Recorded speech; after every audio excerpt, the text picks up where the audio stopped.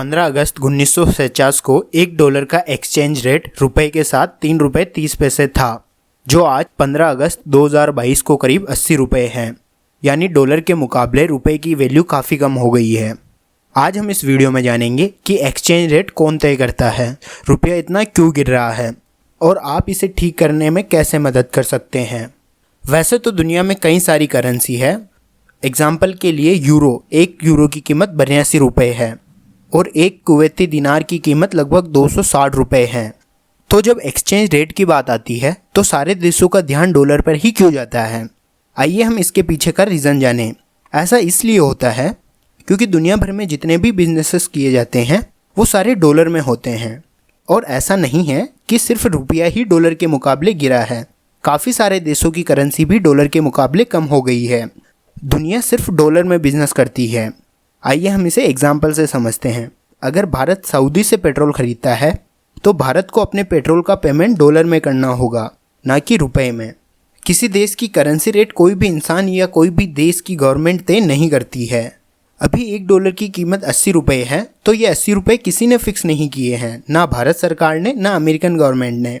बात दरअसल ये है कि एक्सचेंज रेट पूरी ऑटोमेटिक होती है, कोई कंपनी या गवर्नमेंट इसे डिसाइड नहीं कर सकती। एक्सचेंज रेट इंपोर्ट एक्सपोर्ट पर डिपेंड करती है और भारत का रुपया इतना इसलिए गिरा है क्योंकि हाल ही में भारत के इंपोर्ट एक्सपोर्ट से ज़्यादा है।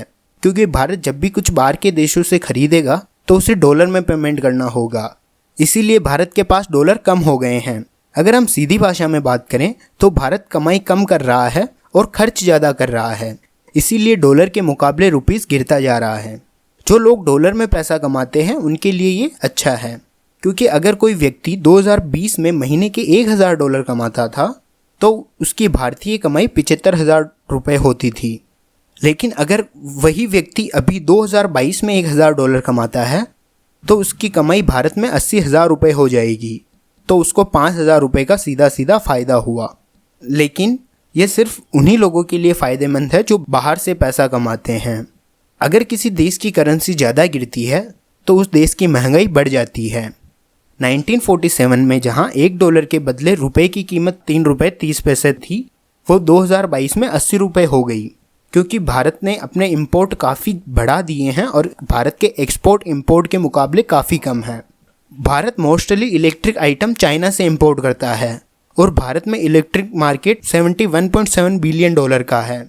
अगर हम एक तरीके से देखें तो हम ये भी समझ सकते हैं कि रुपीस की वैल्यू डॉलर के मुकाबले आप तय करते हैं कि वो गिरेगा या बढ़ेगा।